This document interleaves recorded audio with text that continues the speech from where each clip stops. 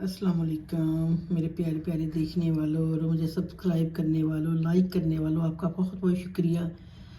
आज मैं आप लोगों के लिए एक आसान सी रेसिपी गोभी की लेके आने लगी हूँ, लेकिन ये आलू गोभी की रेसिपी है, लेकिन आप लोगों ने मेरे स्टाइल में बनानी है।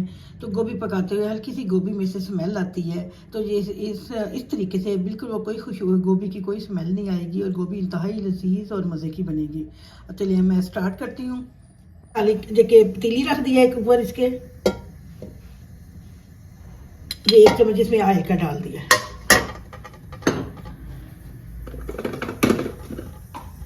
ये थोड़ा सा इसके अंदर जीरा डाला,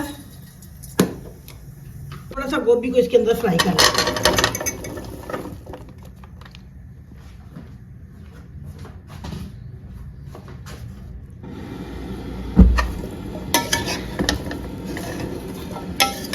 पाँच मिनट के लिए गोभी को इसके अंदर फ्राई कर दिया।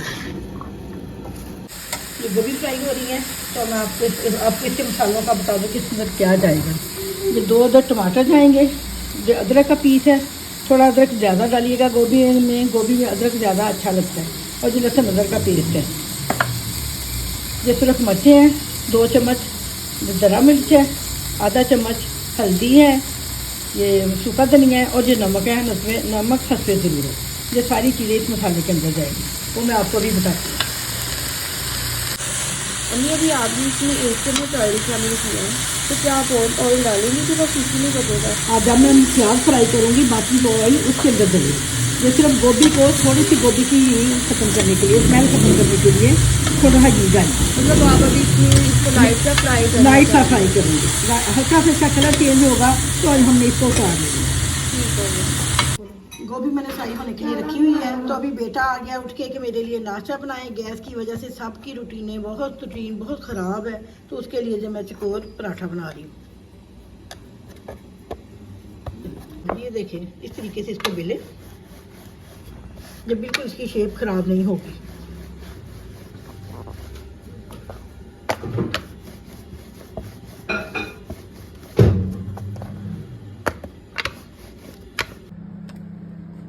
ये देखो मेरा पराठा तैयार हो गया है। पराठे को हमेशा हल्की आंच पे पकाएं। कोने की मदद से सेकने से ये ज़्यादा क्रिस्पी हो जाता है, उसका कलर बहुत अच्छा आता है। वैसे अगर दूसरे तरीके से बनाए तो फिर आंच बहुत हल्की रखनी पड़ती है। ये देखिए आप पराठे का कलर हमारी तकरीबन हल्की हल्की फ्राई हो गई है। अब इसको मैं निकाल लूँगी।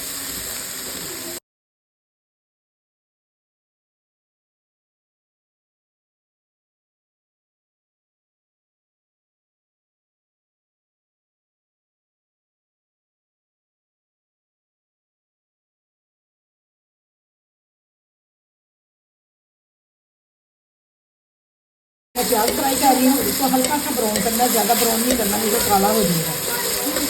अभी इसमें टाइम है, अभी थोड़ा सा और ब्राउन हो जाए फिर इसमें मैं अदरक लहसुन का पेस्ट डालूँगा। अब इसके अंदर अदरक और लहसुन का पेस्ट डाल देना। ये तकरीबन 1 चम्मच है बड़ा। ये तरीका उन बच्चियों के लिए है जिनकी नई नई शादी हुई है, उनको खाना पकाना नहीं आता और उनको ये भी है कि ससुराल में उनके नंबर बने, उनकी इज्जत हो, किसने अच्छा सालन बनाया है, तो ये उनके लिए है। के साथ ही ये अदरक डाल देना। अदरक गोभी में थोड़ा सा ज़्यादा डाला करें।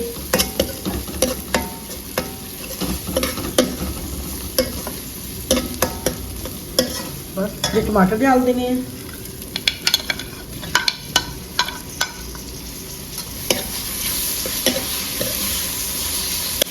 गोभी क्योंकि बादी होती है तो इसके अंदर थोड़ी सी अजवाइन डाल देंगे।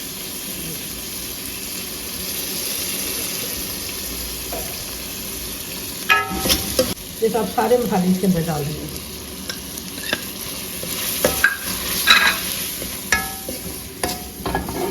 थोड़ी देर के इसके ऊपर ढक्कन दे दें। कोई भी सालन बनाएं, जब भी आप कोई सालन बनाएं तो ज़्यादा सालन में सब्ज़ी वगैरह में घी ज़्यादा डालता है, लेकिन हम लोग सेहत की वजह से कम घी डालते हैं। तो उसका ये बेहतरीन हल है कि आप चिकनाई जो है, जो तरी है, उसको पहले एक साइड पे उतार लें हांडी के बाद में ऊपर डालने के लिए। देखिए मैंने उतार ली है। मैंने फ्राई की थी वो इसके अंदर मैं डाल दूँगी।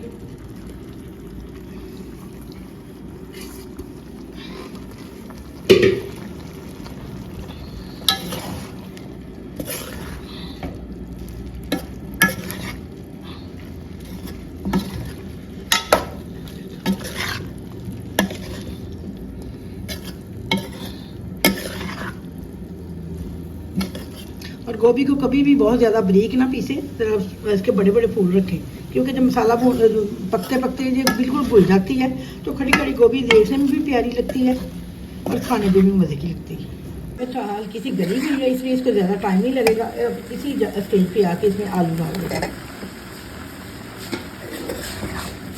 मम्मी अब आलू डालने के बाद इसको कितनी देर के लिए दम पे रखेंगी आप? इसको तकरीबन 10 मिनट के लिए हल्की आंच पे दम पे रख दें। उसी में ये गल हाँ, जाएंगे? उसी में ये गल जाएगी और इसका जो घी है बाकी ऑयल भी ऊपर आ जाएगा, आलू भी गल जाएंगे। जब मैं भी 10 मिनट बाद तुम्हें दिखा, ये देखिए गोभी मेरी डल हो चुकी है। इसमें गोभी टूटी भी नहीं है लेकिन बिल्कुल गली हुई है। ये देखिए ज़रा, अगर आप लोगों को खड़ी खड़ी गोभी नहीं पसंद तो इसको थोड़ी देर और स्टीम पे रख दें तो बिल्कुल नरम गल जाएगी। जब इसमें धनिया डाल देना है, दो तीन हरी मिर्चें काट के डाल देनी है और ये गरम मसाला पिसा हुआ डाल दिया। ठीक है, चलिए अब मैं आपको निकाल के दिखाती हूँ।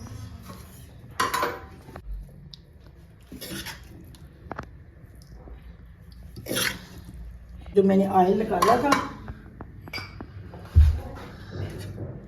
जो ऑयल जो मैंने निकाला था, अब इसके ऊपर इसको ऑयल को डाल देना है।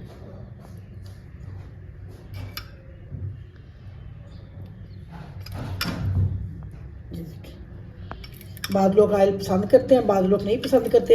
उस हिसाब से आप जिनको पसंद है उनके प्लेट के ऊपर डाल दिया, जिनको नहीं पसंद उनको ना डाला। ये इसकी खूबसूरती देखिए। ये मेरी आज की रेसिपी की चीज़ें हैं। मैंने जो 1 बाइट स्टिक बनानी है जो उसकी चीज़ें हैं। जो चिकन है, चिकन को मैंने ऐसे क्यूब की शक्ल में काट लिया है। इसी तरह आलू है, आलू को भी इसी तरह क्यूब की शक्ल में काट लिया है। ये प्याज है, प्याज भी क्यूब की शक्ल में है। और ये शिमला मिर्च है, ये भी क्यूब की शक्ल में है। अब इसके अंदर जो जो मसाले जाएंगे आप वो लेके देखें। चिकन के अंदर जाएगा थोड़ा सा अदरक लहसुन का पेस्ट,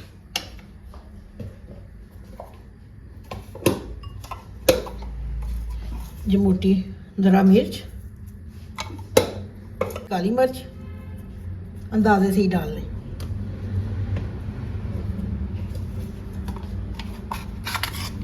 ये नमक,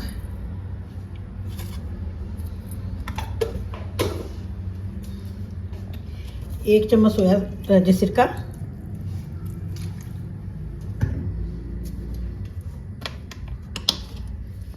सोया सॉस, चम्मच चिली सॉस। इनको अच्छी तरह से मैरिनेट तकरीबन 10-15 मिनट के लिए रख दें। इसको अंडा लगाने की ज़रूरत है कि नहीं? इसको अंडा लगाने की ज़रूरत नहीं है, किसी चीज़ की इसको ज़रूरत नहीं है। और यकीन करिए इतनी मज़े की बाइट बनती है ना, 1 बाइट स्टिक जो है, क्या आप बनाएंगे तो आपको मज़ा आ जाएगा। ये आलू है, इसी तरह अगेन आलूओं के अंदर थोड़ा सा नमक डाल दिया है, हरा मिर्च डाल दिया है तकरीबन 1 चम्मच, ये थोड़ी सी हल्दी डाल दी है, ये थोड़ी सी काली मिर्च। चलिए अब इसके अंदर बहुत ही थोड़ा सा बिल्कुल पानी डाल के इसको चूल्हे के ऊपर रख देना है। बॉईल करेंगे? हाँ बॉईल कर, हाँ हल्का सा इसको बॉईल करूँगी। साथ ही ये चिकन डाल देना है। आलू के अंदर सिर्फ मामूली सा पानी डाल दें ताकि आलू नीचे ना लगे। ये अब जो चिकन मैरिनेट किया हुआ था वो भी इसके अंदर डाल देना है।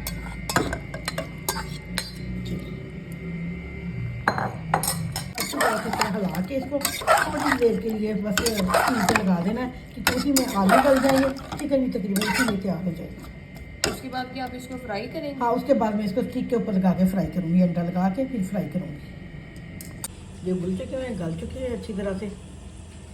ये जो मसाला बचा था इसको उबालने में, जो मसाला बचा था वो इस प्याली में डाल दिया मैंने। इसके अंदर अब एक अंडा जाएगा।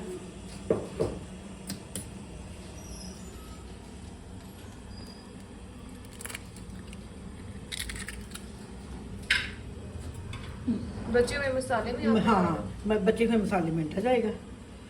और ये 1 चम्मच भर के, हाँ 1 चम्मच भर के मैदे का जाएगा। अब इसको अच्छी तरह से पलट लेना है। इसमें थोड़ा सा पानी डाल देना है। जो चिकन उबालते हुए जो मसाला बचा है उसकी सारी खुशबू, सारा जायका इस बेसन के अंदर आ गया। बस इस बेसन में अब थोड़ी सी काली मिर्च डाल देंगे और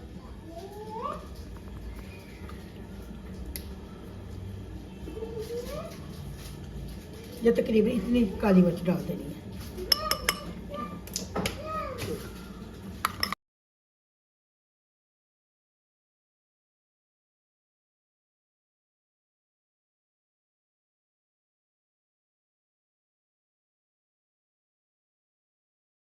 मैंने कहा आप लोगों के सामने भी स्टिकों के ऊपर लगा के दिखा दूँ। पहले मैंने स्टिकें तैयार कर दी हैं, अब मैं नई स्टिकें तैयार कर लेंगी आप लोगों के सामने। ये पहले एक शिमला मिर्च लगा लेनी है, एक प्याज लगाना है, अब एक आलू लगा लेना है, फिर ये चिकन का पीस लगा लेना बीच में, फिर एक आलू लगाना है, उसी तरह से रिपीट करना है, फिर प्याज लगा लेना है और फिर ये शिमला मिर्च लगा लेनी है। ये देखें, ये हमारी स्टिक होगी कंप्लीट, इसको ऐसे करके दबा देना है। ये देखिए ये कच्ची कितनी खूबसूरत लग रही है। ये देखें, ये मेरा ऑयल गर्म हो चुका है।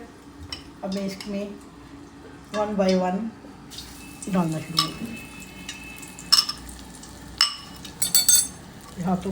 हाथों से ज़्यादा अच्छे तरीके से जाएगी इसके अंदर।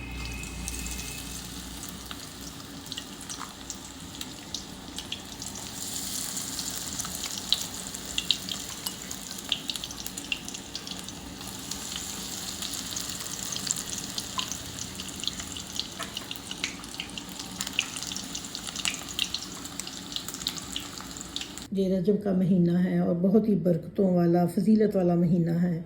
आज पीर का दिन था, मैंने रोज़ा भी रखा हुआ है, तो इसी वजह से मैंने कहा चलो थोड़ा सा एहतमाम भी रोज़े के लिए हो जाएगा और आप लोगों को एक नई रेसिपी भी दूंगी।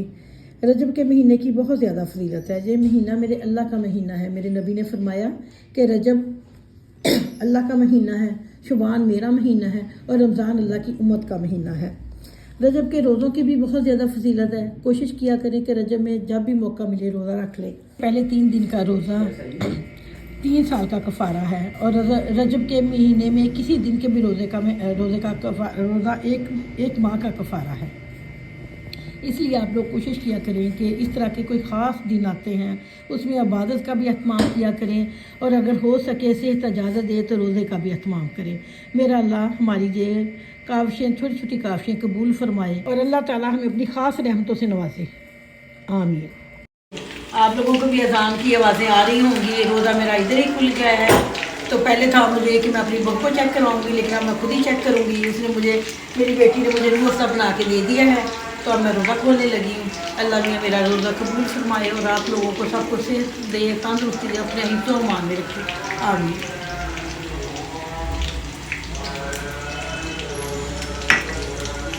चलो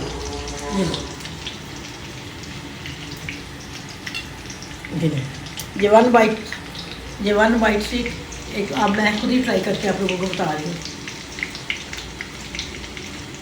मेरी 1 बाइट स्टिक तैयार हो चुकी है। आप लोग इसे एक दो अपने घर में ज़रूर बनाएं, ज़रूर ट्राई करें, अपने बच्चों को खिलाएं, आपको बहुत मज़ा आएगा।